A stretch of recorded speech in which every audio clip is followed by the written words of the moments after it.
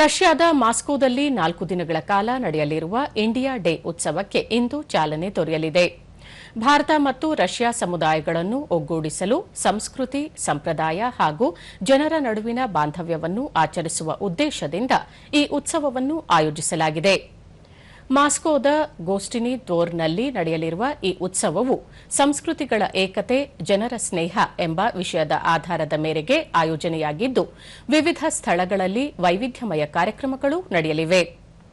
ಸುಮಾರು 20 ವಿಶೇಷ ವಲಯಗಳಲ್ಲಿ ಯೋಗ, ಚೆಸ್, ಭಾರತೀಯ ವಿವಾಹ ಸಂಪ್ರದಾಯ, ನೃತ್ಯ ಹಾಗೂ ಆಯುರ್ವೇದ ಸೇರಿದಂತೆ ಭಾರತೀಯ ಸಂಸ್ಕೃತಿಯ ವಿವಿಧ ಆಯಾಮಗಳನ್ನು ಪರಿಚಯಿಸಲಾಗುತ್ತದೆ.